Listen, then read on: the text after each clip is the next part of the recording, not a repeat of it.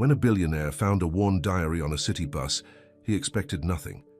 Instead, he discovered a soul that spoke to him and became obsessed with finding the woman who wrote those words. Your writing made me question everything. I've spent most of my life building things that don't matter. But she was a struggling single mother from Brooklyn. He was New York's most powerful venture capitalist. Two worlds that were never meant to collide. People like you don't end up with people like me. I'm not looking to be saved. He'd read her deepest secrets, her fears, her dreams. Now the media was watching, his ex was scheming, and she was building walls to protect her heart. I'd give it all up. The money, the company, everything, if it meant keeping you and Kaylin in my life. Loving you might not be enough. When vulnerability meets privilege, and a diary holds the key to everything, can a man who has everything win the heart of a woman who trusts nothing? Will love survive when two worlds collide?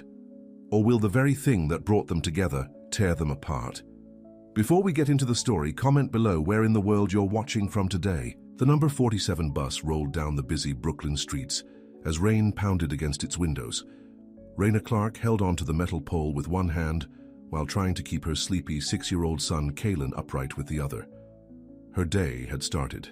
At 5 in the morning, and her feet ached from her shift at the diner. "Almost home, baby," she whispered to Kaylin, whose eyelids drooped as he leaned against her hip. The plastic grocery bags cut into her wrist, but she couldn't put them down. Not with rent due next week and the electricity bill still unpaid. At 27, Raina's life was a constant juggle. 2 jobs, night classes, and raising her son alone. "Next stop Fulton Street," the driver announced over the speaker. Raina gathered her things, nudging Kaylin awake. "Come on, sweetie, our stop." As the bus jerked to a halt, Raina stumbled forward. Kaylin whimpered as she pulled him along, the grocery bags swinging wildly. In her rush to get off before the doors closed, she didn't notice her worn leather purse tilt sideways. A small blue book with frayed edges slipped out, landing silently between the seats. Her diary was gone. On the other side of New York, Cassian Rowe sat in his penthouse office, staring at the skyline through floor-to-ceiling windows. At 31, he had more money than most people would see in 10 lifetimes. His face regularly appeared in business magazines, always with the same caption, "The billionaire who never smiles." "Your car is ready, Mr. Rowe," his assistant said from the doorway. Cassian nodded without turning around. "Cancel it. I'm not going to the charity dinner." "But sir, you're receiving an award. Send someone else to pick it up." The assistant disappeared. With a sigh, leaving Cassian alone again, he ran his hand over his face, feeling the stubble he hadn't bothered to shave. What was the point? Another dinner, another empty award, another night of shallow conversations with people who only saw his bank account. His phone rang, his car service. The sleek black Mercedes he used daily had broken down. They'd send a replacement in an hour. "Don't bother," he said. "I'll manage." For the first time in years, Cassian Rowe stepped onto a city bus. He paid his fare and found a seat near the back, away from the few passengers traveling at this hour. The unfamiliar sensation of public transportation made him uncomfortable but also strangely alert. The bus lurched forward and he gripped the seat in front of him. That's when he saw it, a small blue book wedged between the seats. He picked it up, turning it over in his hands. No name on the cover, just worn blue leather with tiny cracks from years of use. He should have left it there, or turned it into the driver. Instead, he slipped it into his jacket pocket. "Mom, where's my lunch?" Kaylin asked the next morning, his school uniform already rumpled despite Raina's best efforts. "Right here, baby." She handed him a paper bag with a peanut butter sandwich, an apple and a juice box. It wasn't much, but it was what she could afford this week. "Can I have cookies too?" Raina smiled, brushing his curly hair from his forehead. "Not today, but if you're good, we'll make some this weekend." After dropping Kaylin at school, Raina rushed to her morning shift at the coffee shop. Between serving customers, she searched her purse 3 times before accepting the truth. Her diary was missing. "Everything okay?" her co-worker Tanya asked, noticing Raina's distress. "I lost my journal," Raina said, her voice tight. "I must have dropped it somewhere yesterday." "The one you're always writing in. Maybe someone turned it in." Raina nodded, but she knew better. In New York City, lost things stayed lost. That diary contained everything: her poems, her prayers, her dreams and fears. Things she couldn't say out loud, but needed to release. Somewhere. "It's fine," she lied, "just a bunch of scribbles," but it wasn't fine. That diary was the one place where Raina Clark existed as more than a mother, more than a waitress, more than a student. It was where she was real. Cassian sat in his home office later that night, the blue diary open on his desk. He knew he shouldn't read it. These were someone's private thoughts. But something about the simple, worn cover drew him in. He opened to the first page. Today, Kaylin asked why the sky turns pink at sunset. I told him, it's because the sun is blowing the world a goodnight kiss. He liked that answer. Sometimes I wish I still believed in simple magic like that. Cassian turned the page, then another. The handwriting was neat, but rushed, as if the writer barely had time to get the thoughts down. Ms. Patel says I have potential. She thinks I could be a real writer someday. I didn't tell her I write my poems between bus stops and during Kaylin's bath time. Dreams are nice, but they don't pay the rent. He continued reading, guilt mixing with fascination. There were no dates, just entries that flowed one into another. Poems about ordinary things like rainfall and the smell of coffee. Prayers for strength, for patience, for just one night of uninterrupted sleep. And then there were the entries about loneliness that hit Cassian like a physical blow. Sometimes I feel like I'm vanishing, but Kaylin sees me. He hugs me like I'm still here.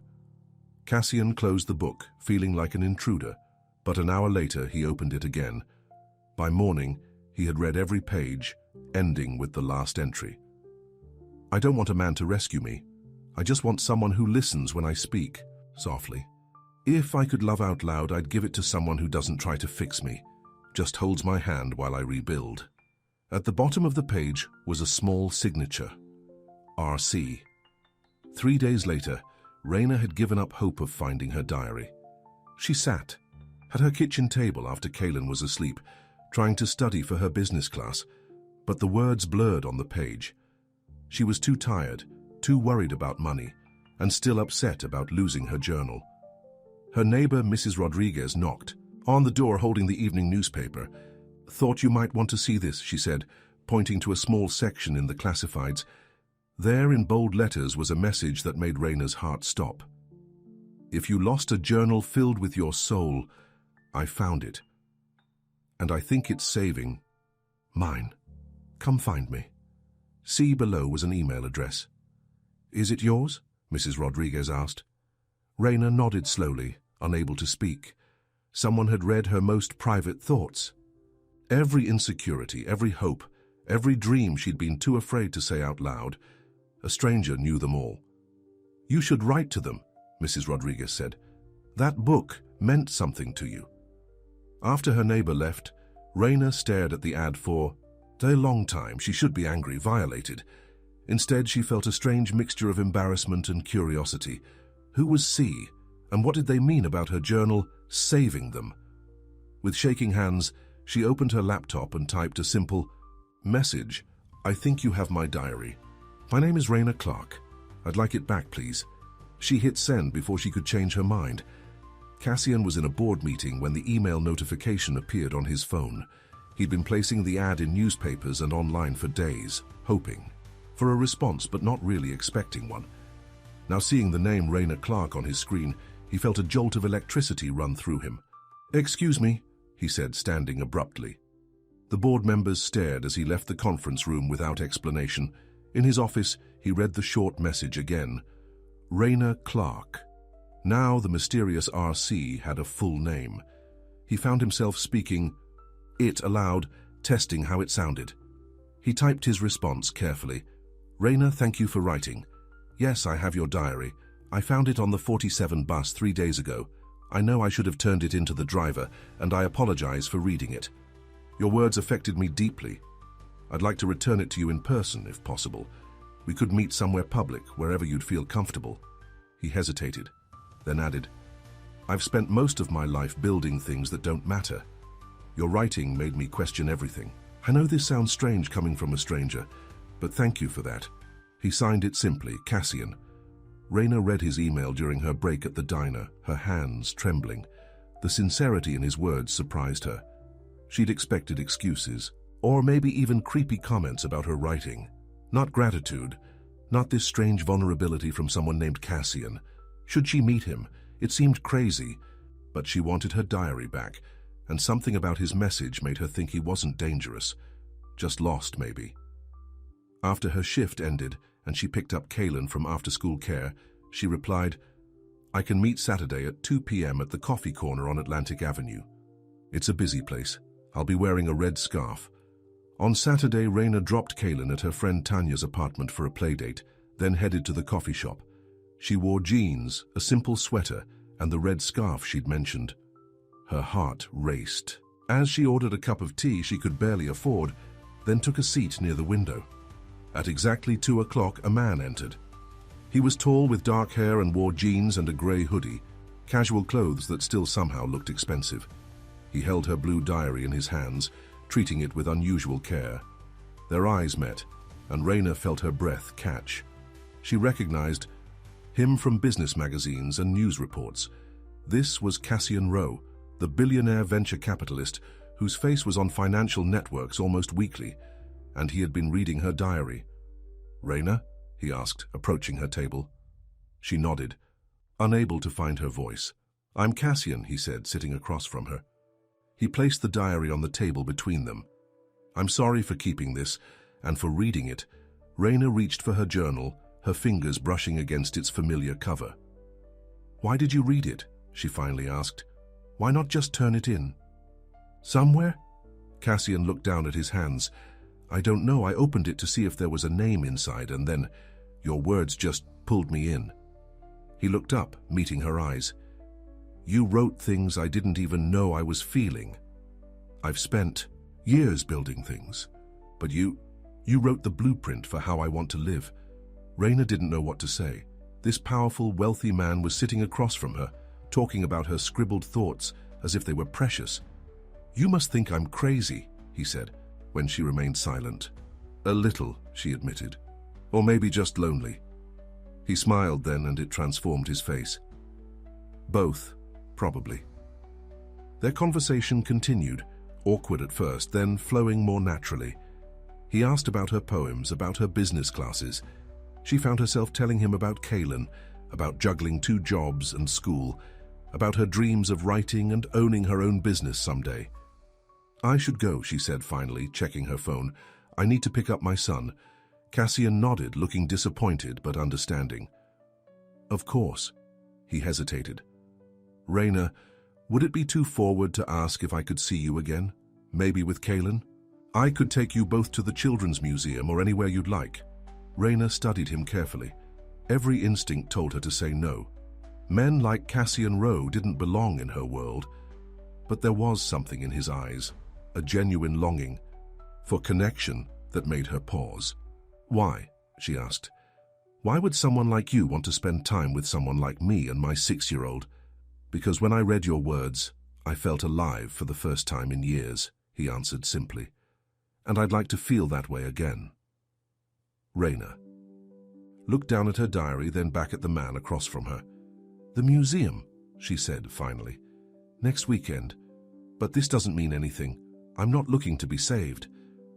Cassian smiled again. "I know. You wrote that very clearly. You just want someone who listens when you speak softly." The fact that he had memorized her words made Raina's cheeks warm. She stood up, clutching her diary to her chest. "I'll email you the details." As she walked away, Raina felt something she hadn't experienced in a long time, a flutter of possibility, like a new page waiting to be filled. That night, after tucking Kaylin into bed, Raina opened her diary and added a new entry. "Today I met the man who found my journal. He wasn't what I expected. Neither was I. I thought I'd be angry, but instead I felt seen. It's a strange feeling when someone reads your deepest thoughts and doesn't run away. I don't know what happens next, but for the first time in a long time, I'm curious to find out." Across town in his penthouse apartment, Cassian Rowe looked out at the city lights and thought about a woman in a red scarf whose words had awakened something in him he thought was long dead. For the first time in years, he was looking forward to tomorrow and the blank pages that waited to be filled. Raina stood in front of her closet Sunday morning, trying to find something decent to wear to the Children's Museum. Nothing seemed right. Everything was either too worn, too casual, or not practical enough for chasing after a 6-year-old. "Mom, are we going to see the dinosaurs today?" Kaylin asked, bouncing on her bed in his favorite blue t-shirt and jeans.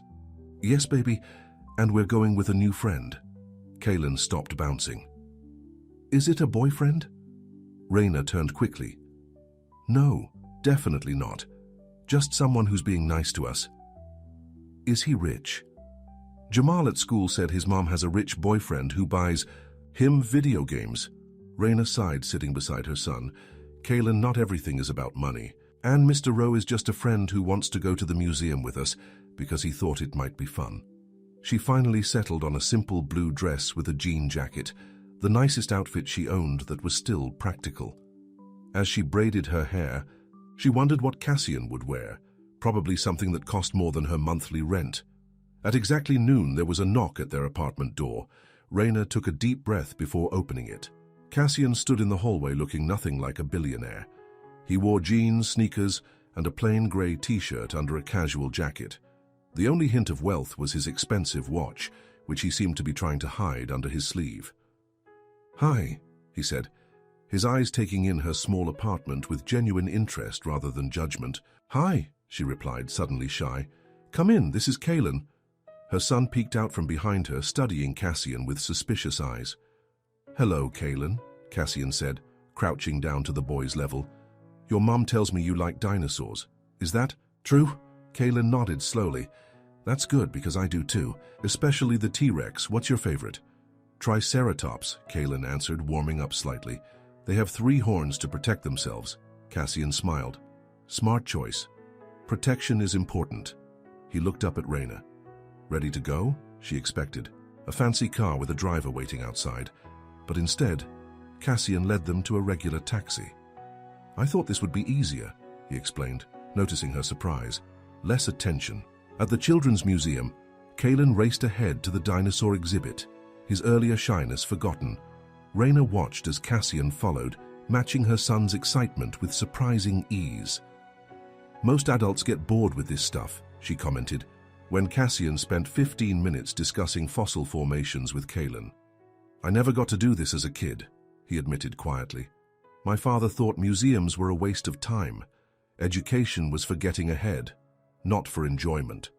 Throughout the day, Raina noticed how Cassian genuinely listened to Kaylin, answering his endless questions with patience. He never checked his phone or seemed distracted. It was as if her son's thoughts were the most important things in the world. After the dinosaur exhibit, they visited the Space Center and the Butterfly Garden. By mid-afternoon, Kaylin had warmed up completely to Cassian, even holding his hand as they walked through the crowded exhibits. "Can we get ice cream?" Kaylin asked as they left the museum. "If it's okay with your mom," Cassian said, looking to Raina for permission. She nodded, touched by how he respected her authority with Kaylin. At the ice cream shop, Kaylin got chocolate with extra sprinkles. When he went to look at the fish tank in the corner, Cassian turned to Raina.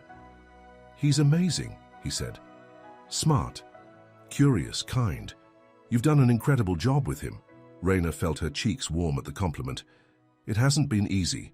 His father left when I was pregnant. Said he wasn't ready for responsibility." "His loss," Cassian said simply.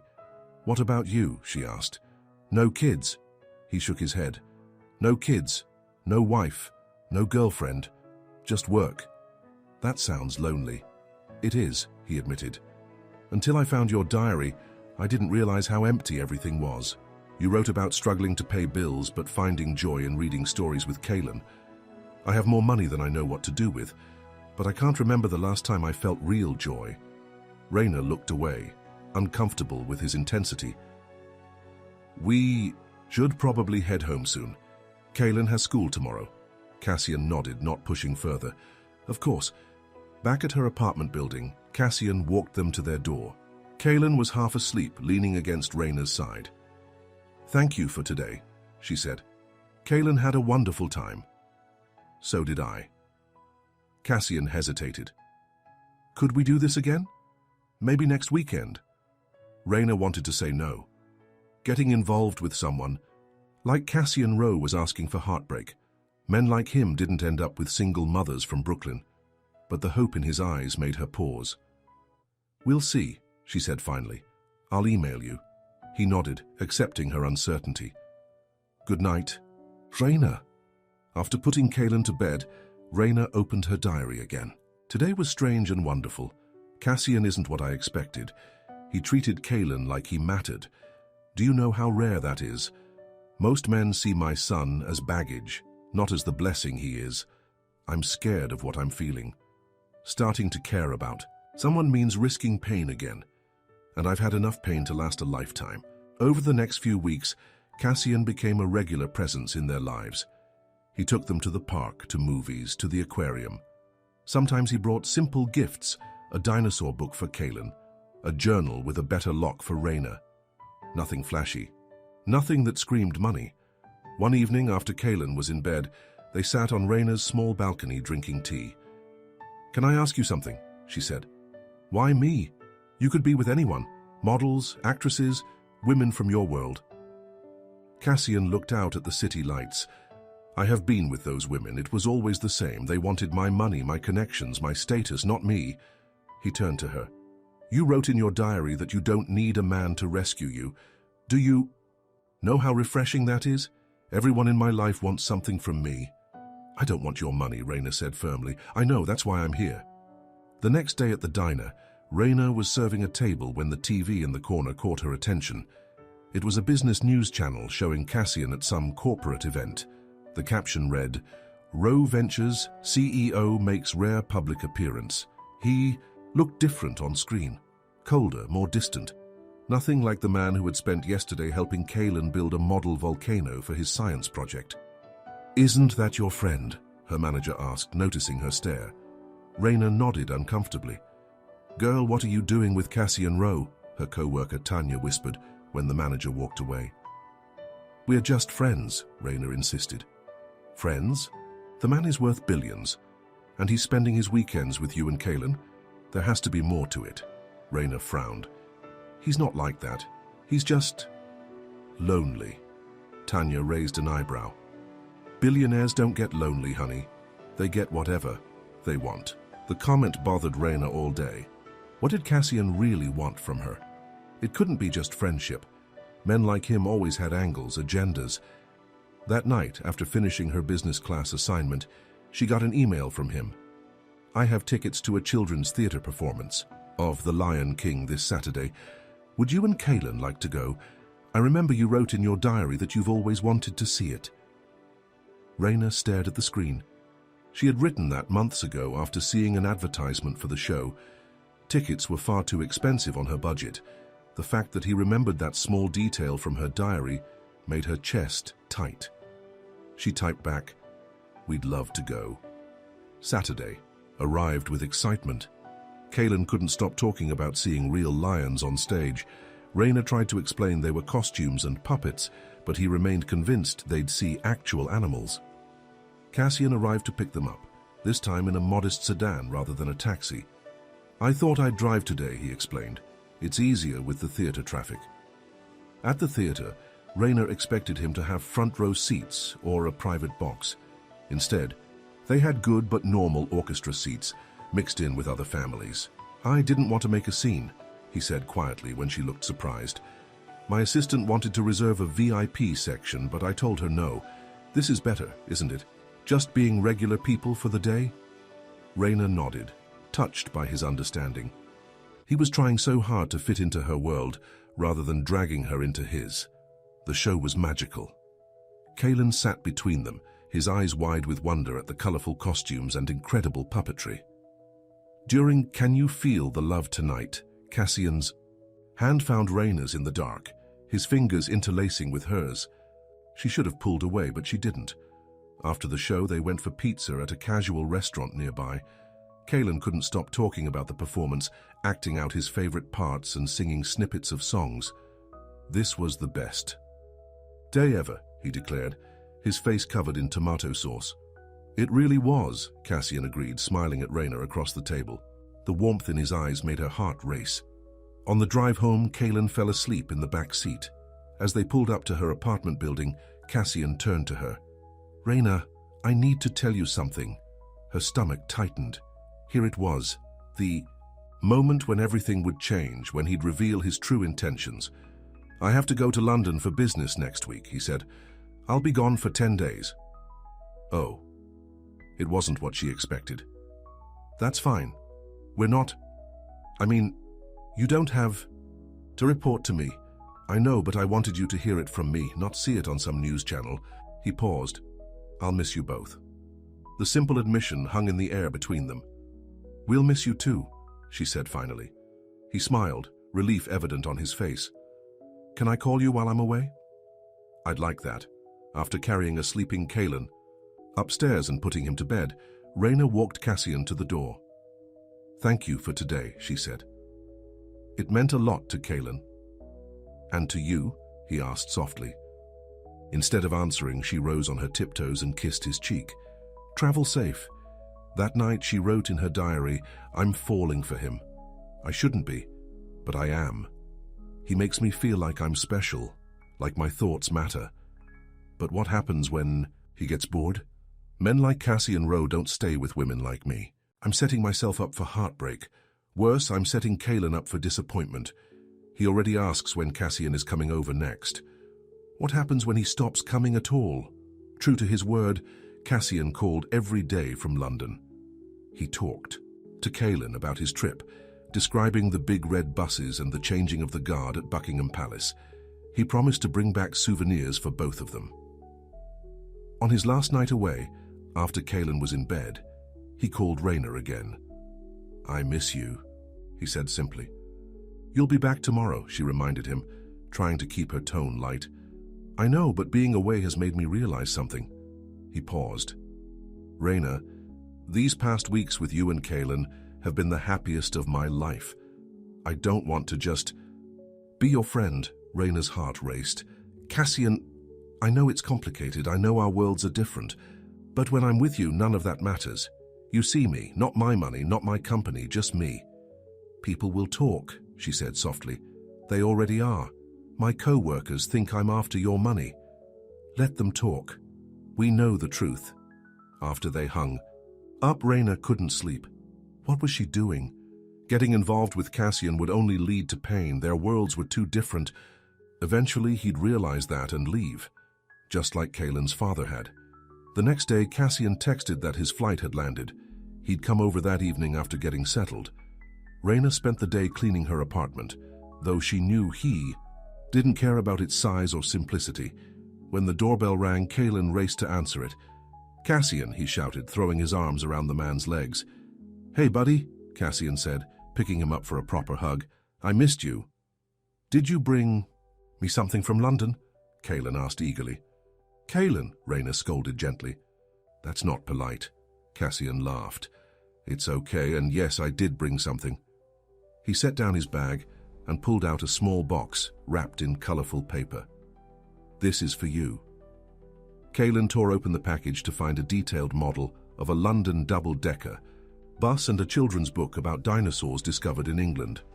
"Cool," he exclaimed, immediately starting to examine the bus. "And this," Cassian said, pulling out another package, "is for you, Raina." She opened it slowly to find a beautiful leather-bound book. Inside were blank pages, but on the first page was a handwritten note. "For your new stories. I hope I can be part of them." "It's beautiful," she said, running her fingers over the soft leather. After dinner and putting Kaylin to bed, they sat on the small couch in Raina's living room. "I meant what I said on the phone," Cassian said. "I want to be more than friends." Raina looked down at her hands. "It's not that simple. I have Kaylin to think about." "I know, and I care about him too." "For now," she said, voicing her fears. "But what happens when the novelty wears off? When you realize that dating a single mum from Brooklyn isn't as exciting as your usual life?" Cassian took her hand. "Raina, look at me." When she did, he continued, "My usual life was empty before I met you. Do you know what I did on weekends? I worked, or went to charity events I didn't care about, or sat alone in my penthouse staring at the city below. I was surrounded by people, but completely alone. "And we changed that?" she asked skeptically. "Completely." He squeezed her hand. "You wrote in your diary that you wanted someone who listens when you speak softly. I want to be that person." "I'm scared," she admitted. "Not just for me, but for Kalen. He already adores you. If you leave—" "I won't," Cassian promised. "I know words are easy. Let me show you with time." She studied his face, searching for any sign of deception. All she saw was sincerity. "Okay," she said finally. "Okay?"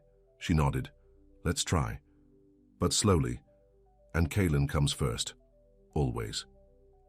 Cassian smiled, relief and joy lighting his face. "I wouldn't have it any other way." He leaned forward, hesitating just inches from her lips, asking permission with his eyes. Raina closed the distance between them, her heart pounding as their lips met in a gentle kiss. When he left that night, Raina felt like she was floating. She tried to remind herself to be cautious, to protect her heart. But for the first time in years, she allowed herself to hope. The next few weeks passed in a blur of happiness. Cassian integrated himself into their lives with surprising ease. He helped Kalen with homework, learned to make boxed mac and cheese, burning it the first time, and spent quiet evenings with Raina, talking about everything and nothing. One night, he asked her a question that caught her off guard. What makes a man trustworthy to a child? They were sitting on her balcony after Kalen had gone to bed. Raina considered the question carefully. "Consistency," she said finally. "Kids need to know you'll be there, not just for the fun times, but for the hard ones too." Kalen's father promised to visit on his birthday last year. Kalen waited all day by the window. He never showed. Cassian's jaw tightened. "I would never do that to him." "I believe you," she said, surprised to realize she meant it. The next day, Cassian didn't call, or the day after. Raina tried not to worry, but doubt crept in. Had their conversations scared him off? Had he realized what he was getting into with a ready-made family? On the third day, her phone finally rang. "Raina," Cassian's voice sounded tired. "I'm sorry I haven't called. There's been a situation at work.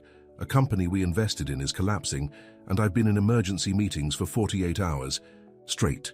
Relief washed over her. "It's okay, I understand." "No, it's not okay. I promised to be consistent, and then I disappeared." He sighed. "Can I come over tonight? I need to see you both." When he arrived later, he looked exhausted. Dark circles under his eyes, suit rumpled like he'd slept in it, if he'd slept at all. "You should be resting," Raina said, concerned. "I will. I just needed to see you first." Kalen ran to him for a hug, chattering about his day at school. Cassian listened attentively, the tension visibly leaving his body.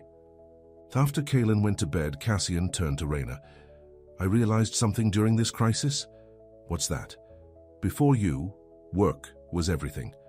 I would have handled this by shutting everything else out until it was fixed. But all I could think about was getting back to you and Kalen." He took her hand. "That scared me at first, then I realized it's actually the most sane I've ever been." Raina felt tears prick her eyes. "You're changing your life for us." "No," he corrected gently. "I'm changing it for me. You're just showing me how." That night, she wrote in her diary, "I never thought I'd feel this way again. Safe, hopeful, seen. Cassian isn't perfect. He works too hard, he overthinks everything, and he still doesn't know how to make proper mac and cheese. But he's trying so hard to fit into our world, and the strangest thing is happening. I'm starting to believe he might stay." 2 months. Into their relationship, reality intruded. Raina was at work when the lunch crowd suddenly grew quiet. All eyes turned to the TV in the corner, where a glamorous blonde woman was being interviewed. "Yes, Cassian and I have a long history," she was saying to the reporter. "We've been off and on for years. He always comes back eventually." The caption identified her as Vivian Taylor, socialite and ex-girlfriend of Cassian Rowe. "Of course, I've heard rumors about his current distraction," Vivian continued with a dismissive wave. Cassian goes through phases where he tries to prove he's just a regular guy. It never lasts. Raina felt sick. Every customer in the diner was looking at her, now whispering behind their hands. "Isn't that your guy?" her manager asked loudly. Raina couldn't answer. She untied her apron and walked out, ignoring her manager's shouts. At home, she paced her small apartment, her mind racing. Had she been fooling herself all along? Was she just Cassian's regular person experiment? A way for him to feel better about his privileged life? Her phone rang. Cassian. She let it go to voicemail. It rang again immediately, and again. Finally, she answered. "Raina, thank God. Are you okay? I just saw the interview." "Is it true?" she asked, her voice tight. "Are you and Vivian off and on?" "No," he said firmly. "We dated 3 years ago. It ended badly. Her choice, not mine. I haven't seen her since. She seems to think differently. She's lying. Vivian thrives on attention. Our breakup wasn't public knowledge, and now she's using these rumors about us to get back in the spotlight." Raina wanted to believe him, but doubt had taken root. "Cassian, be honest with me. Am I a phase? Your regular person experiment?" "What? No." He sounded genuinely shocked. "Raina, you are the best thing that's ever happened to me. You and Kaylin both. Then why is your ex on national television talking about you coming back to her?" "Because the tabloids got photos of us at the park last weekend. They've been trying to figure out who you are. Vivian is using the attention to boost her own profile." He paused. "Raina, please, can I come over? We need to talk about this face to face." She hesitated, then agreed. An hour later, he was at her door looking more upset than she'd ever seen him. "I'm so sorry," he said immediately. "I never wanted my world to touch yours like this." They sat on the couch, a distance between them that hadn't been there before. "I need you to be completely honest," Raina said. "Is there any truth to what she said? Any at all?" Cassian shook his head. "Vivian and I dated for 6 months. She broke it off because I wouldn't propose. She wanted my money and status, not me. We haven't spoken since, despite her attempts. And this regular person phase she mentioned?" He sighed. "After we broke up, I dated a kindergarten teacher for a while. Vivian told the press I was slumming it, that it was a phase. The attention ruined that relationship." Raina's stomach dropped. "So this has happened before?" "Not like this," he insisted.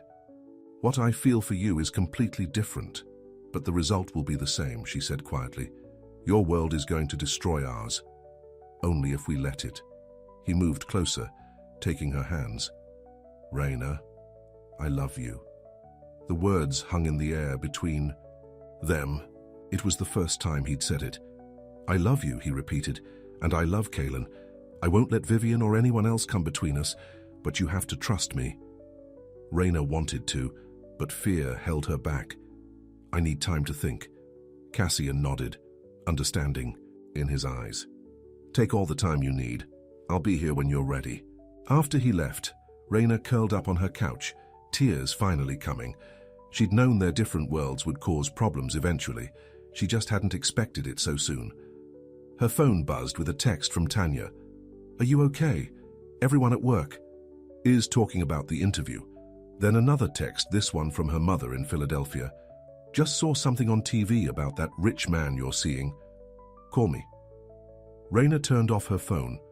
Later that night, after Kaylin was asleep, she opened her diary for the first time in days.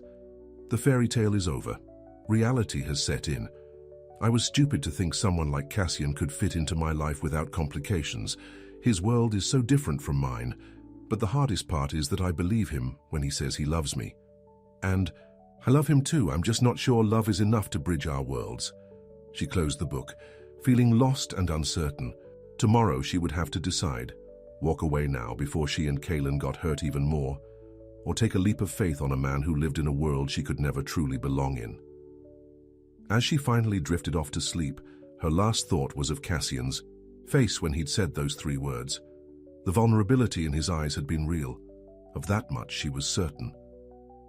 Raina woke to knocking at her door. It was early, too early for visitors. Kaylin was still asleep in his room. She pulled on her robe and went to check the peephole. Her mother stood in the hallway, suitcase in hand. "Mom, Raina opened the door, confused. "What are you doing here?" Teresa Clark, a well-dressed woman in her 50s with the same warm, brown eyes as her daughter, pushed past Raina into the apartment. "I saw the news," she said, looking around the small living room with a critical eye. "Your billionaire boyfriend's ex-girlfriend is all over TV talking about how you're his charity case," Raina sighed. "You didn't need to come all the way from Philadelphia." "Of course I did. My daughter is being humiliated on national television." Teresa set down her suitcase. "Where's my grandson?" "Still sleeping." "Mom, please don't make this bigger than it is." Teresa gave her daughter a pointed look.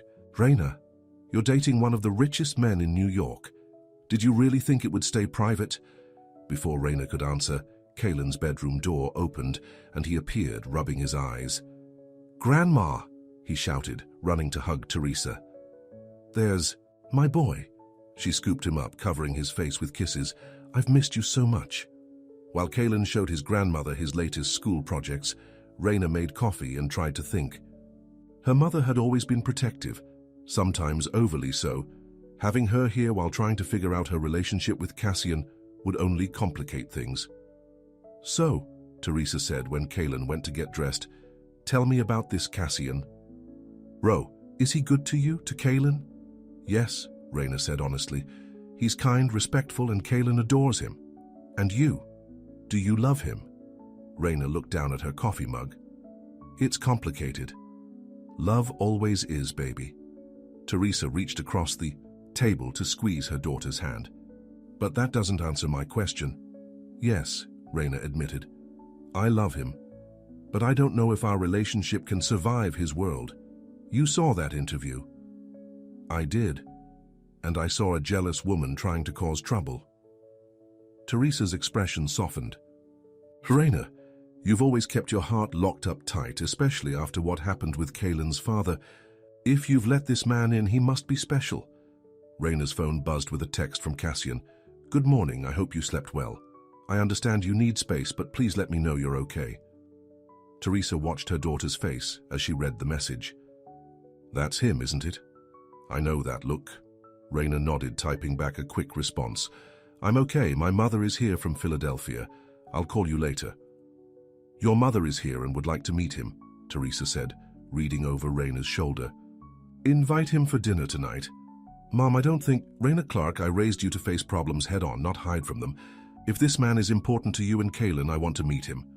Knowing it was pointless to argue, Raina sent another text inviting Cassian for dinner. His response came immediately. "I'd be honored." "What time? Can I bring anything?" Throughout the day, Teresa took over the small apartment, cleaning and cooking like she always did when visiting. Kaylin was thrilled to have his grandmother there, showing her every toy and book, especially the ones Cassian had given him. "He got me this at the museum," Kaylin explained, holding up a dinosaur figure. "And he reads to me at bedtime sometimes. He does all the funny voices." Teresa raised an eyebrow at Raina. "Sounds like he's around a lot." "He's been good to us, Mom." At precisely 6 o'clock, there was a knock at the door. Raina opened it to find Cassian standing there, looking more nervous than she'd ever seen him. He wore simple clothes, jeans, and a button-down shirt, and carried flowers and a bottle of wine. "These are for you," he said, handing Raina the flowers. "And this," he added, presenting a small bakery box to Teresa, who had appeared behind her daughter, "is for you, Mrs. Clark. Raina mentioned you love cheesecake." Teresa's expression remained neutral as she accepted the box. "Thank you, please come in." Kaylin ran to Cassian, hugging his legs. "Cassian, Grandma's here." "I see that," Cassian said, smiling down at the boy. "It's very exciting." Dinner was awkward at first. Teresa asked pointed questions about Cassian's background, his business, and his intentions toward her daughter and grandson. "What exactly do you want from Raina?" she asked bluntly over dessert. "Mom," Raina protested. "It's okay," Cassian said, setting down his fork. "It's a fair question." He looked Teresa in the eye. "Mrs. Clark, I love your daughter, and I love Kaylin. They've brought joy and meaning into my life that I never knew was missing. I don't want anything from them except to be part of their lives. And what about all this media attention? That woman on TV, Cassian sighed. Vivian is my past, a mistake. The media attention is unfortunate, but it will pass. I've hired a PR firm to handle it without exposing Raina and Kaylin. So you can make scandals disappear with money? Teresa asked skeptically. Not disappear, but I can protect the people I love. He turned to Raina. I've been thinking about this constantly. I want to be with you and Kaylin, but I don't want my world to hurt yours. I'll do whatever it takes to make this work. After dinner, while Teresa helped Kaylin with his bath, Cassian and Raina stood in the tiny kitchen washing dishes. Your mother doesn't like me, he said. She doesn't know you yet. She's protective. She's right to be. He handed her a plate to dry. Raina, I need to ask you something important. Have you made a decision?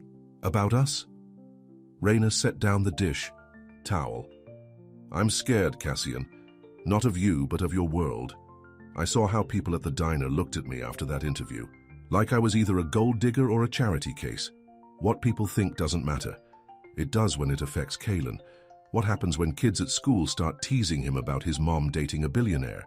Or when more of your ex-girlfriends come out of the woodwork to talk to the press? Cassian took her hands. We'll handle it together. I can't promise there won't be challenges, but I can promise I'll be by your side through all of them. Raina looked into his eyes, searching for any sign of doubt or deception. All she saw was love and determination. Okay, she said finally, okay. She nodded. Let's try, really try, but we need to be smart about this for Kaylin's sake. The relief on Cassian's face was immediate. He pulled her into his arms, holding her tight.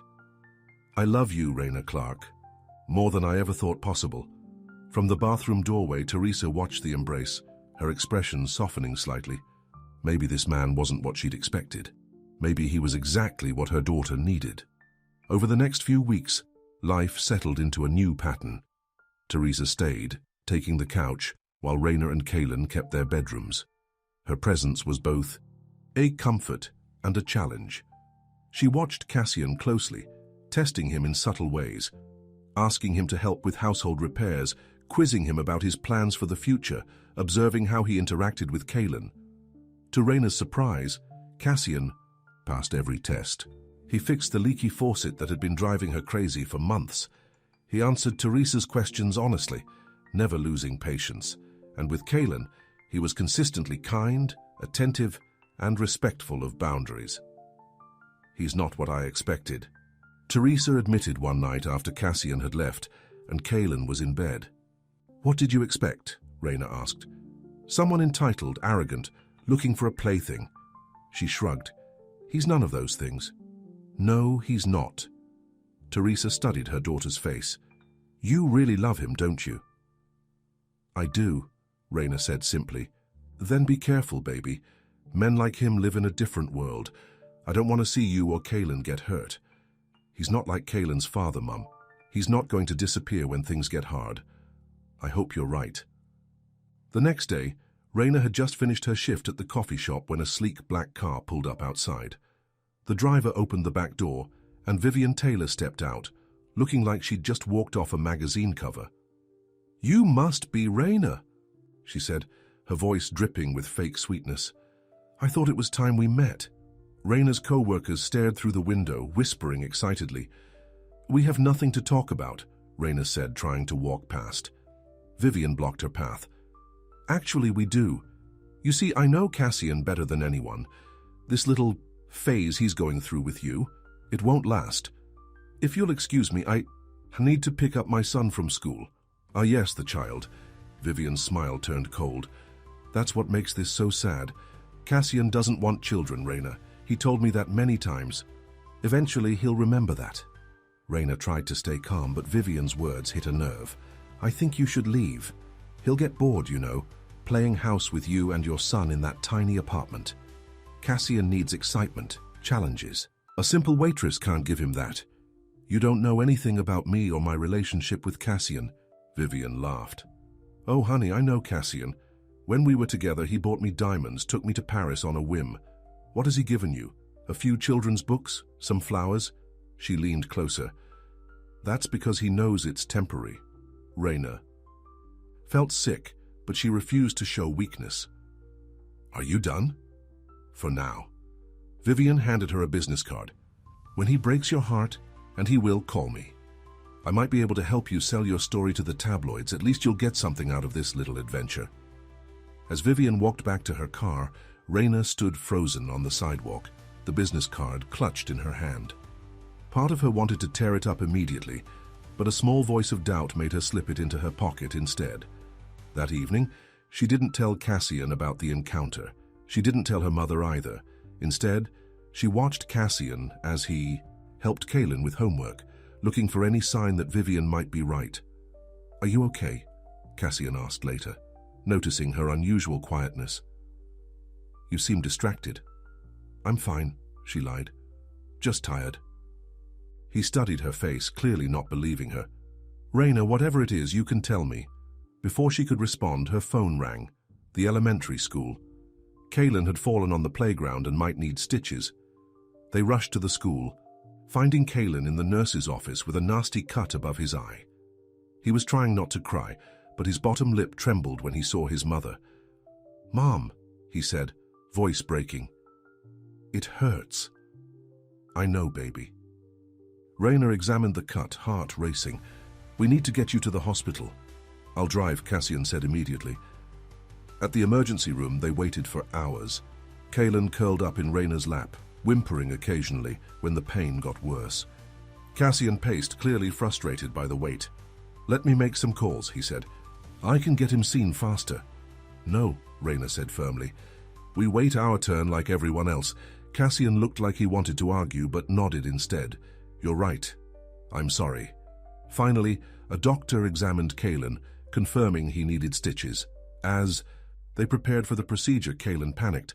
"No, I don't want them to hurt me," he cried, clinging to Raina. "It's going to be okay, buddy," Cassian said, crouching beside him. "The doctor needs to fix your cut so it heals properly." "I'm scared," Kaylin sobbed. "I know. Being scared is okay." Cassian held out his hand. "Squeeze as hard as you want while they do it. I promise I won't let go." Kaylin hesitated, then grabbed Cassian's hand. Throughout the procedure, Cassian never flinched, even when Kaylin squeezed so hard his knuckles turned white. Back at the apartment, Teresa was waiting anxiously. She had already prepared Kaylin's favorite soup and set up his bed with extra pillows. "My poor baby," she said, examining the stitches above his eye. "Does it hurt much?" "Not anymore," Kaylin said, surprisingly cheerful now that the ordeal was over. "Cassian held my hand the whole time, and the doctor said I'm going to have a cool scar, just like a superhero." Later, after Kaylin was asleep, Teresa pulled Cassian aside. "Thank you for being there for him today." "Of course. I love him." Teresa studied him for a moment. "I believe you do." That night, Raina found the business card Vivian had given her. She tore it into tiny pieces and flushed them down the toilet. Whatever game Vivian was playing, Raina refused to be part of it.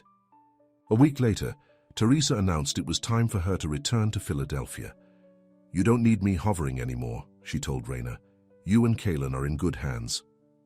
The approval meant more than Raina could express. Her mother had always been her harshest critic and strongest supporter. If Teresa believed Cassian was good for them, maybe Raina could fully believe it too. The night before Teresa left, Cassian invited all of them to dinner at his penthouse apartment. It was the first time Raina and Kaylin had seen where he lived. "Whoa," Kaylin breathed, as they stepped off the private elevator into Cassian's home. "This is bigger than our whole building." The penthouse was stunning, floor-to-ceiling windows overlooking Central Park, modern furniture, and priceless art on the walls. Yet despite its grandeur, it felt cold, impersonal. "I'm rarely here," Cassian explained, noticing Raina's expression. "It came furnished. The decorator picked everything." "It's impressive," Teresa said diplomatically. Throughout dinner, served by a private chef, Raina felt increasingly uncomfortable. This was Cassian's real world, a world of luxury and privilege that she could never truly belong in. After the meal, while Teresa helped Kaylin explore the roof garden with its incredible views, Cassian took Raina's hand. "You hate it here," he said. It wasn't a question. "I don't hate it. It's beautiful. It's just not a home," he finished for her. "I know. I feel the same way. He led her to the window overlooking the city. Raina, I've been thinking a lot about us, about our future. Her heart skipped a beat. What about it? I want us to be a real family, you, me, and Kaylin, but I don't want to live here. This place has never felt like home. He turned to face her. What if we found a new place together? Something that's ours, not mine or yours. A fresh start. Raina stared at him, stunned. You want us to move in together? Yes. Not right away if you're not ready, but soon. He took both her hands in his. I love you, Raina. I love the life we're building. I want to make it official. Cassian, She hesitated, overwhelmed. This is a big step. I know. And we can take it slowly. But I want you to know.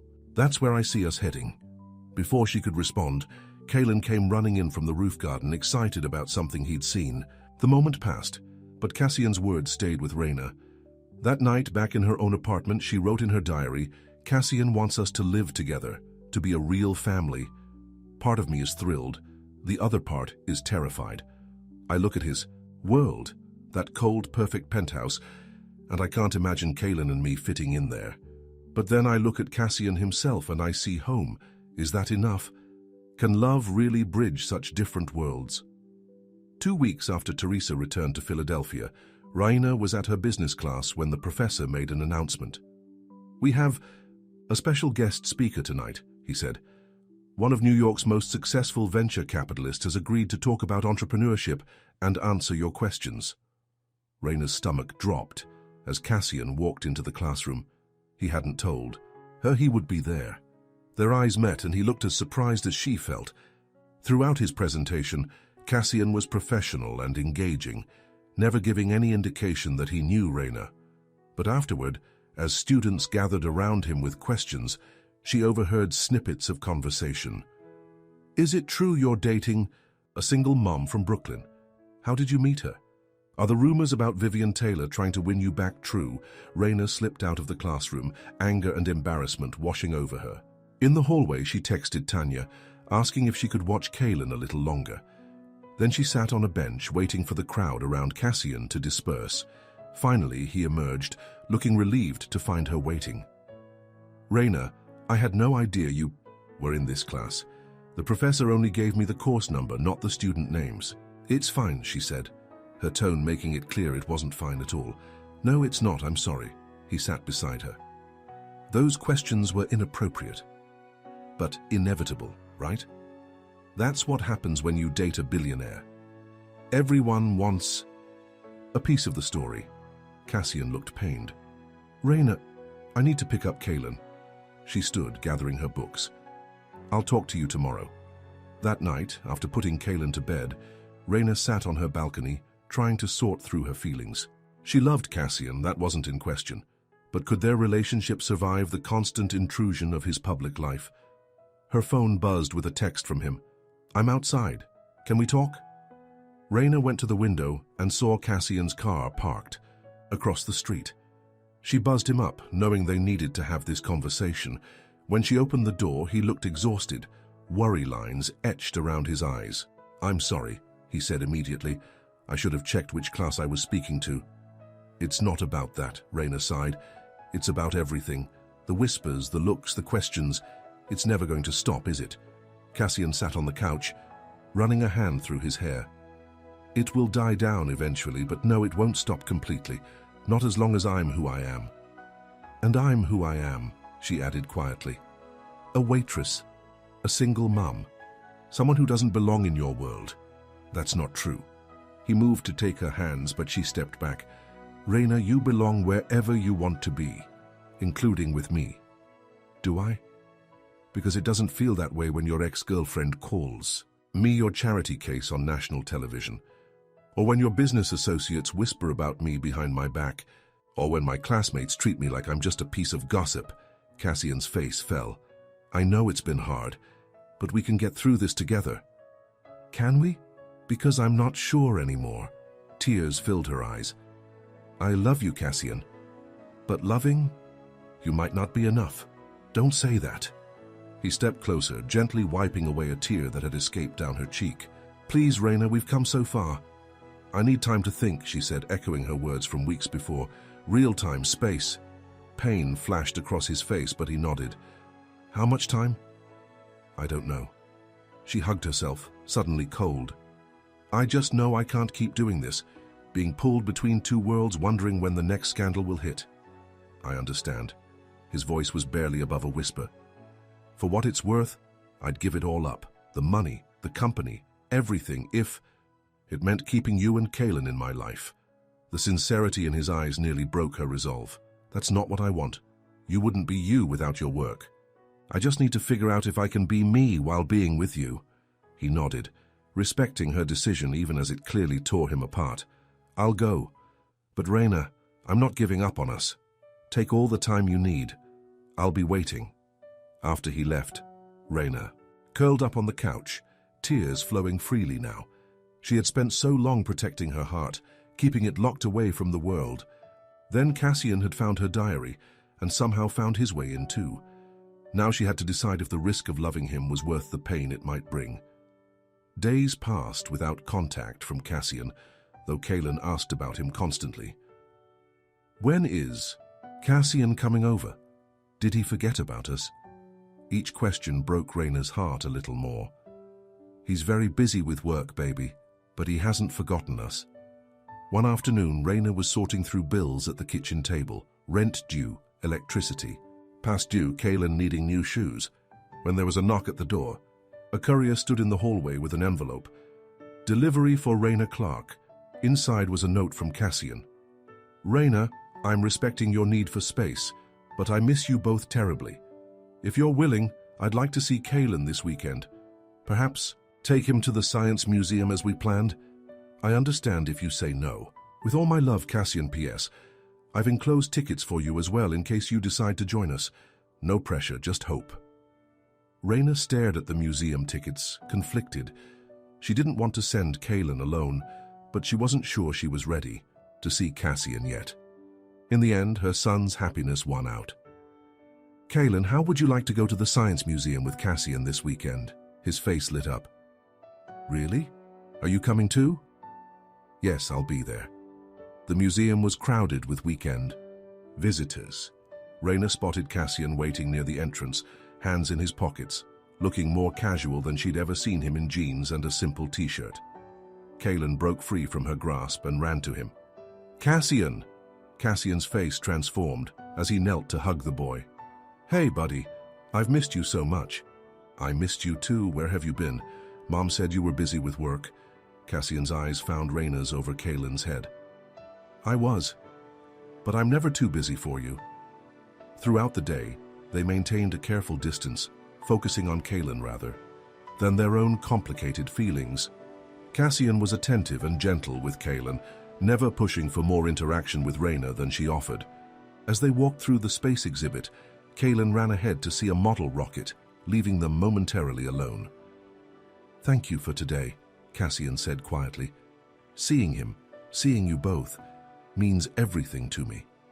Raina nodded, her throat tight, with emotion. He's missed you. And you, he asked, hope in his eyes. Have you missed me too? Before she could answer, a woman approached, her face lighting up with recognition. Cassian Rowe, I thought that was you. She glanced at Raina, curiosity evident. And you must be the girlfriend everyone's talking about. Raina stiffened, but Cassian stepped forward, subtly placing himself between her and the stranger. Excuse us, but we're having a family day, he said firmly. I'm not discussing business or giving interviews. The woman looked taken aback by his directness. Of course. Sorry to interrupt. As she walked away, Cassian turned to Raina. I'm sorry about that. It's not your fault, she said, surprised by his protective response. You handled it well. I've been thinking a lot about what you said, about being pulled between two worlds. He looked toward Kaylin, who was still absorbed with the rocket display.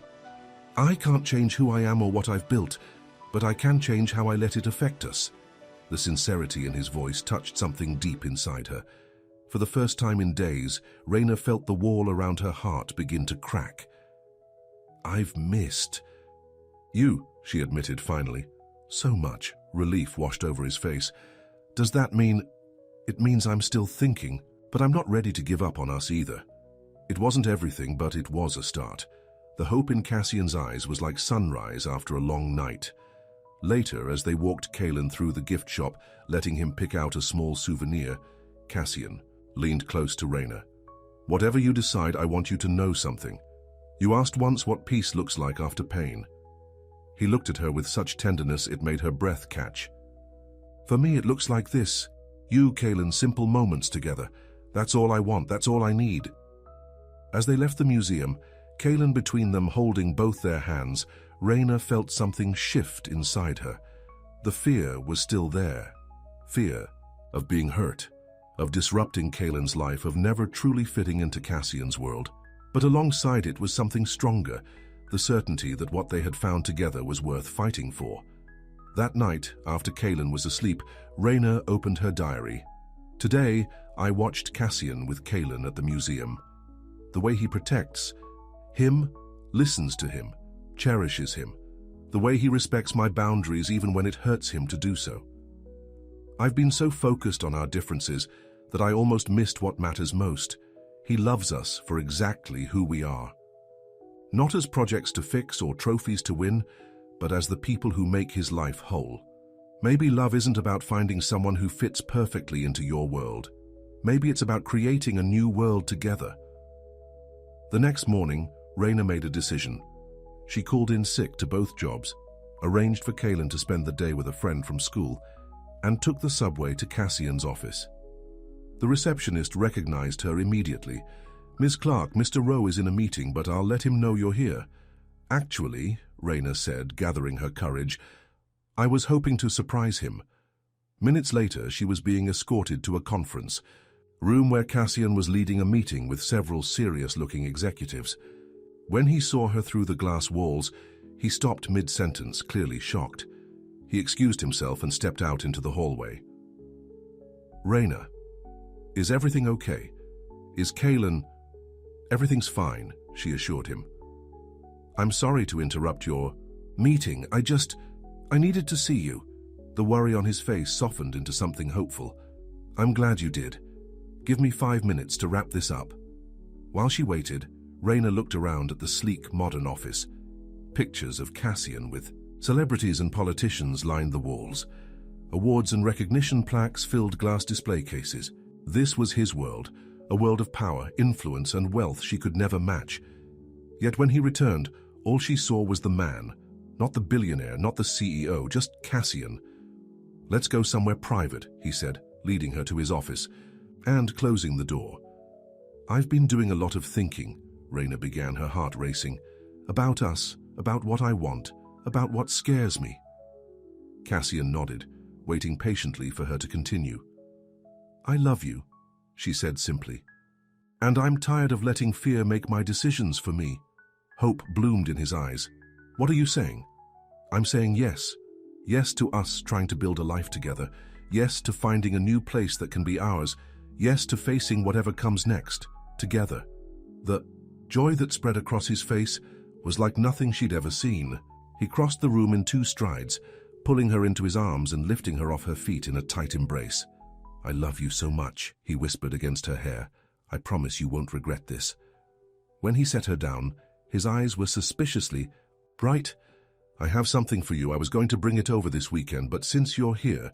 He went to his desk and opened a drawer, pulling out a small notebook, the same style as her diary.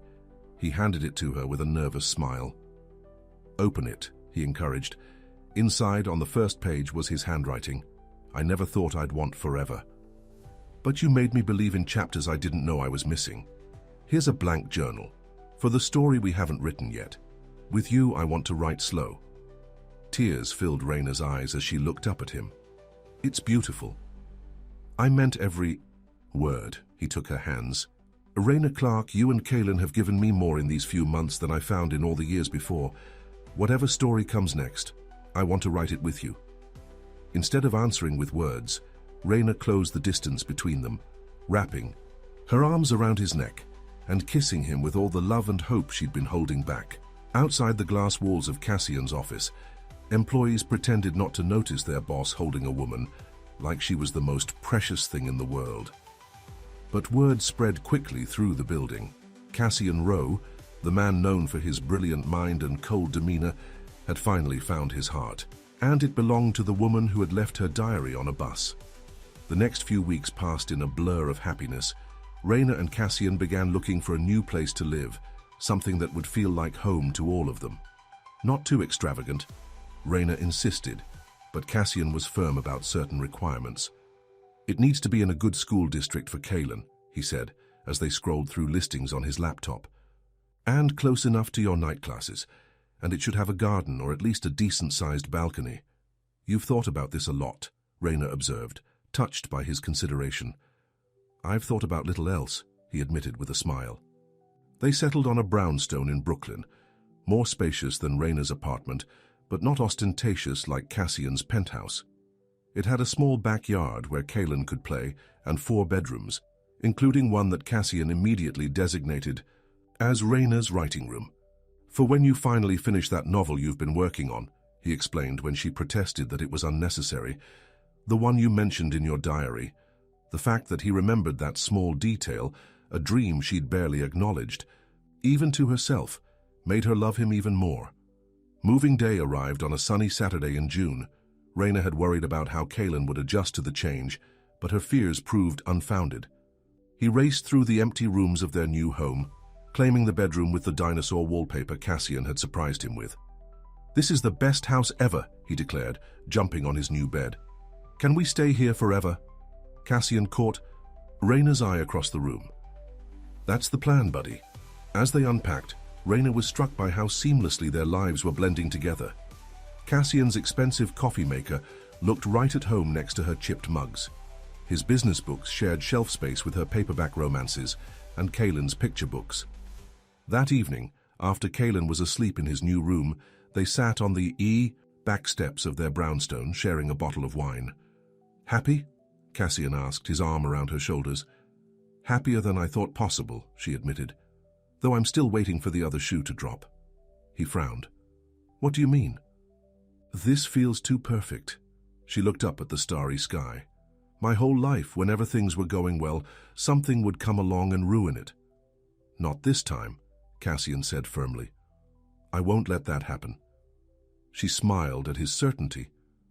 "Some things even billionaires can't control. Watch me try." He kissed her softly. "I love you, Raina Clark. You and Kaylin are my world now." That night, Raina wrote in her diary for the first time in their new home. "Tonight I'm sitting in a house I never could have imagined living in a year ago. But the miracle isn't the house. It's the feeling inside it. For the first time in my life, I feel like I'm exactly where I'm supposed to be, with exactly who I'm supposed to be with. I used to think love was about finding someone who wouldn't hurt you. Now I know it's about finding someone worth risking the hurt for. Life in..." The brownstone quickly fell into a comfortable routine. Cassian worked from home whenever possible, setting up a small office downstairs. Raina continued her jobs and classes, but with a more flexible schedule thanks to Cassian's support.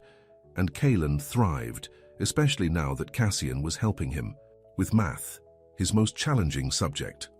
One evening, as Raina was preparing dinner, she overheard a conversation between Cassian and Kaylin in the living room. "Can I ask you something?" Kaylin said, his voice serious. "Of course, buddy, anything," Cassian replied. "Are you going to be my dad now?" Raina froze, spatula in hand, straining to hear Cassian's response. "Well," he said carefully, "that depends on a few things. Most importantly, it depends on how you and your mom feel about it." "I want you to be my dad," Kaylin said with the simple directness of a child. "My friend Jamal has a stepdad, and he says it's pretty cool." "I think it's pretty cool too," Cassian said, his voice thick with emotion. "But this is a big decision. Why don't we talk about it with your mom?" "Talk to me about what?" Raina asked, stepping into the doorway. Kaylin bounced up from the floor where he'd been playing with his dinosaurs. "I asked Cassian if he's going to be my dad." Raina's eyes met Cassian's over Kaylin's head. "And what did Cassian say?" "He said it depends on how we feel about it." Kaylin looked up at her hopefully. "I feel good about it." "Do you?" Raina knelt to her son's level. Sweetie, I love that you feel that way about Cassian, but these kinds of decisions take time. Cassian and I need to talk about this privately first, okay? Kaelan nodded, though he looked disappointed. Okay, but can you talk about it soon?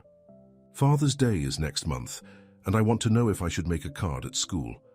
After Kaelan was in bed, Raina and Cassian sat in the living room, the unspoken question hanging between them. I'm sorry about that, Cassian said finally. I didn't know what to tell him. You handled it perfectly, Raina assured him. Better than I would have. He's thinking about Father's Day, Cassian said, a hint of wonder in his voice. No one has ever, I never thought I'd be someone's father. Raina took his hand. Is it something you want? More than anything, he admitted. But only if you're ready. Only if you're sure. She squeezed his fingers. I'm sure about you, about us. The question is, what does this look like? Do we get married? Do you adopt Kaelan legally? All of the above, Cassian suggested with a hopeful smile. But one step at a time. Let's start with how you feel about Kaelan seeing me as his dad. I think, Raina said slowly, that my son has excellent judgment in father figures. The joy that spread across Cassian's face was answer enough. The following weekend, they planned a special outing to Central Park, just the three of them.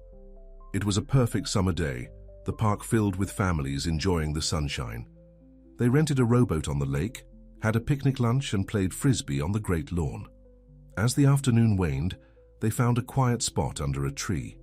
Kaelan was feeding ducks at the pond's edge, just a few feet away, while Raina and Cassian watched from their picnic blanket.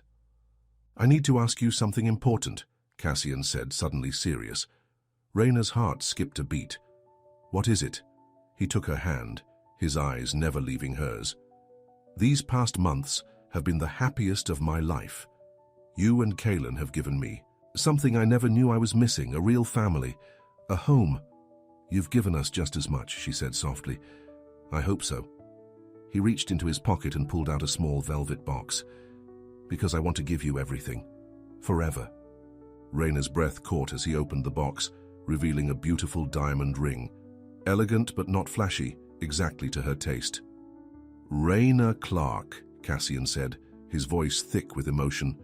Will you marry me? Will you let me be a father to Kaelan? Will you build a life with me that's better than either of us could have imagined alone? Tears filled her eyes as she looked from the ring to the man holding it. This was the moment she had both longed for and feared, the moment when the fairy tale could become real, with all its joys and risks. Yes, she whispered, then louder. Yes! Cassian slipped the ring onto her finger, his hands trembling slightly. Then he pulled her into his arms, kissing her with such tenderness it made her heart ache. A small voice interrupted them. Are you guys getting married? They looked up to see Kaelan standing beside them, eyes wide as he stared at the ring now, sparkling on his mother's finger. Yes, buddy, we are, Cassian said, his arm still around Raina. If that's okay with you? Kaelan considered this for a moment, his young face serious. Does this mean you'll be my dad for real? If you want me to be, Cassian said gently. A slow smile spread across Kaelan's face. Cool. Can I be the ring bearer? Jamal was a ring bearer at his mom's wedding and he got to wear a bow tie. Raina laughed through her tears. Yes, baby, you can definitely be our ring bearer. Kaelan threw himself at both of them, creating a group hug that felt like the perfect seal on their new family. As they walked back through the park, Kaelan skipping, ahead with his newfound energy, Cassian squeezed Raina's hand. Are you happy? He asked softly. She looked up at him, at the love shining in his eyes. Completely. News of their engagement spread quickly. Teresa called from Philadelphia, demanding details and promising to come help with wedding plans. Raina's co-workers at the diner and coffee shop squealed over her ring, asking endless questions about Cassian. Even Raina's business professor offered. Congratulations after class. Not all reactions were positive. The tabloids ran stories with headlines like Billionaire Cassian Rowe to marry waitress and Rags to riches, how a single mom caught New York's most eligible bachelor. Vivian gave another interview, claiming Cassian was making the biggest mistake of his life and hinting that the relationship wouldn't last. "Does it bother you?" Raina asked one evening after they'd seen a particularly nasty story online. Cassian looked up from where he was helping Kaylin with a school project. "What people say about us? Not at all. Does it bother you?" She considered the question. 6 months ago, the attention would have devastated her. Now, secure in their relationship, it barely registered. "No," she realized. "It doesn't." "Good," he smiled, "because none of it matters. What matters is right here in this room." They decided on a small wedding, just family and close friends. Cassian's parents had passed away years earlier, but his older sister Charlotte flew in from London to meet Raina and Kaylin. "So you're the woman who finally captured my impossible brother's heart," Charlotte said, over dinner at their brownstone. "I was beginning to think he'd marry his company." "She did more than capture it," Cassian said, looking at Raina with adoration. "She woke it up." Charlotte observed them throughout the evening, particularly noting how Cassian interacted with Kaylin. Later, as Raina was clearing dessert plates, Charlotte followed her into the kitchen. "He's different with you," she said thoughtfully. "Lighter. Happier. I haven't seen him like this since we were children." "He makes us happy too," Raina replied. "I can see that." Charlotte smiled. "You know, after our parents died, Cassian took everything on his shoulders, building the company, making sure I finished school, protecting our family legacy. He never took time for himself." She touched Raina's arm. "Thank you for giving him that." The wedding was set for October, a small ceremony in the garden of their brownstone. As the date approached, Raina found herself busier than ever between wedding preparations, her jobs and classes. Cassian noticed her exhaustion one evening as she fell asleep over her textbooks. "Raina," he said gently, waking her, "we need to talk." She blinked, disoriented. "What time is it?" "After midnight. You've been pushing yourself too hard." She rubbed her eyes.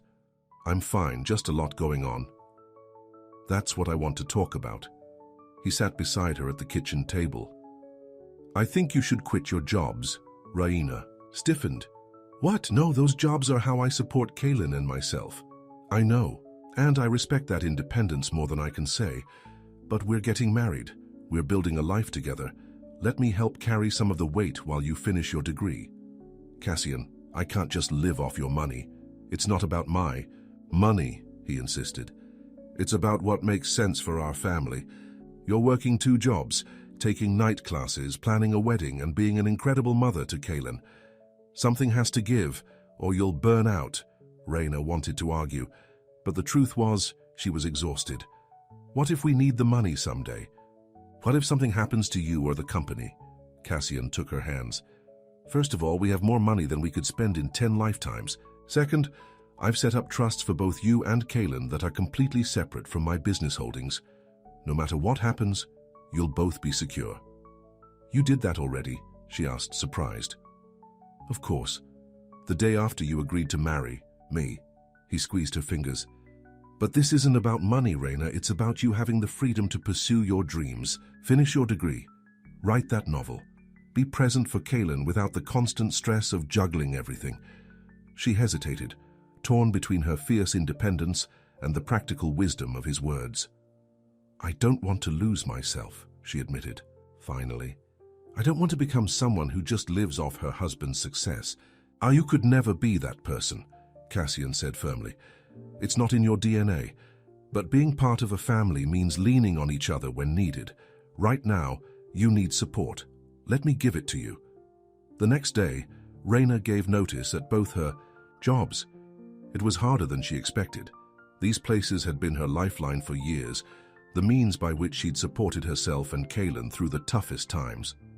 But as she walked out of the diner for the last time, she felt a surprising lightness. That weekend, Cassian surprised her by converting the spare bedroom into a proper writing studio, complete with a beautiful desk, comfortable chair, and shelves for her books. "Your first novel will be written here," he said, showing her the space. "Consider it an early wedding present." Tears filled her eyes as she took in the thoughtful details, framed quotes from her favorite authors on the walls, a small couch for reading, even a mini fridge stocked with her preferred snacks and drinks. "I don't know what to say," she whispered. "Say you'll use it," he replied simply. "That's all I want, for you to have the space and time to chase your dreams, the way you've helped me find mine." The day before their wedding, a letter arrived from Kaylin's father. After years of silence, James Wilson had suddenly reappeared, writing that he'd heard about Raina's engagement through mutual friends and wanted to reconnect with his son. Raina stared at the letter, a sick feeling in her stomach. James had abandoned them when she was 7 months pregnant, claiming he wasn't ready for fatherhood. Now, just as they were becoming a real family with Cassian, he wanted back in their lives. She didn't show the letter to Cassian right away, unsure how to handle it. But that evening, when Kaylin was in bed, she found herself telling him everything. "He has no right," Cassian said, anger evident in his voice as he read the letter. "He walked away. He doesn't get to waltz back in when it's convenient." "I know," Raina sighed. "But he is Kaylin's biological father. Don't we have to at least consider what's best for Kaylin?" Cassian took a deep breath, visibly trying to calm himself. "You're right. This isn't about me or my feelings. It's about Kaylin." He sat beside her on the couch. "What do you want to do?" Raina thought carefully. "I think we should wait until after the wedding and honeymoon. Then maybe meet with James first, without Kaylin, to understand his intentions. If, and only if, we both feel he's sincere, we can consider supervised visits." Cassian nodded.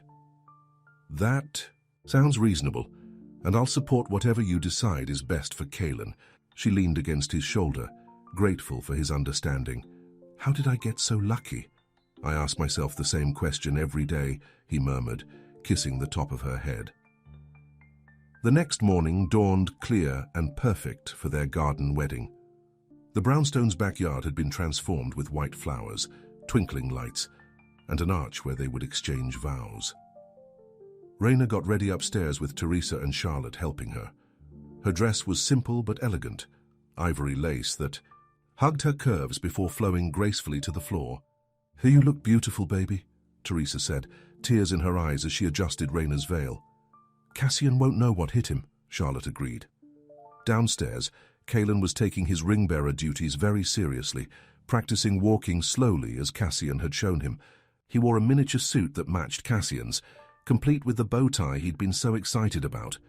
"Remember, buddy," Cassian said, straightening Kaylin's tie, "this is a very important job.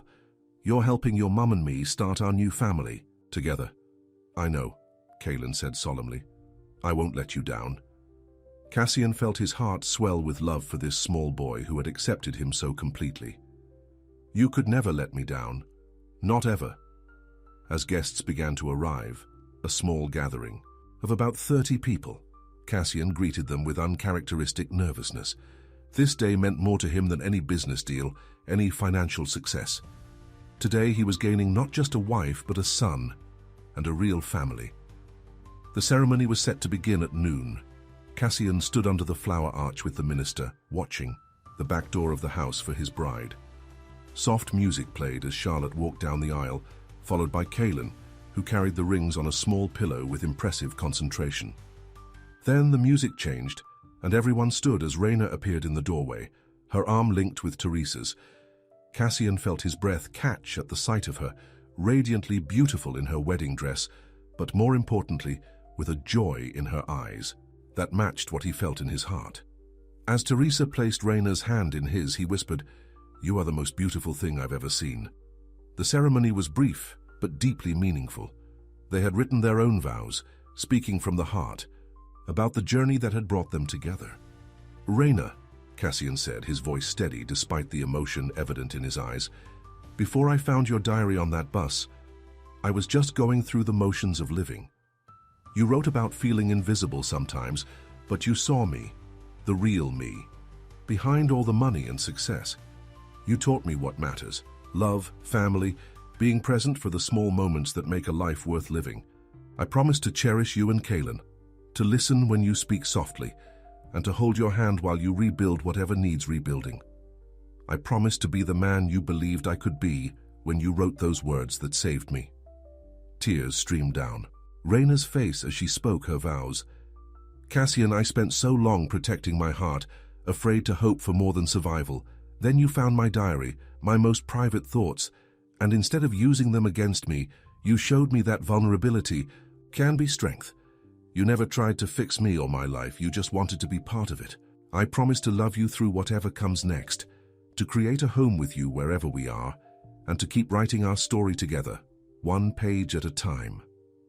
When the minister pronounced them husband and wife, Cassian kissed Raina with such tenderness, it brought tears to the eyes of their guests. Then he knelt down to Kaylin's level. "Come here, buddy," he said, opening his arms. Kaylin rushed into the embrace, and Cassian lifted him up, so the three of them were hugging together. A family made, official at last. The reception that followed was joyful and relaxed.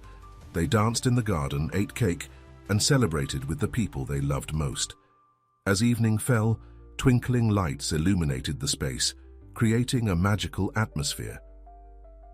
During a quiet moment, Cassian pulled Raina aside, leading her to a small table where a wrapped gift waited. "What's this?" she asked, surprised. "Open it," he encouraged. Inside was a beautiful leather-bound book with their names embossed on the cover. Opening it, Raina found their story, from the day she lost her diary to their wedding day, written in Cassian's neat handwriting and illustrated with photos, ticket stubs, and mementos from their time together. "You've been working on this all along?" she asked, amazed as she turned the pages. "I wanted to give you back the story you lost," he explained, "and add the chapters we've written together." Raina looked up at him, overwhelmed with love. "It's perfect.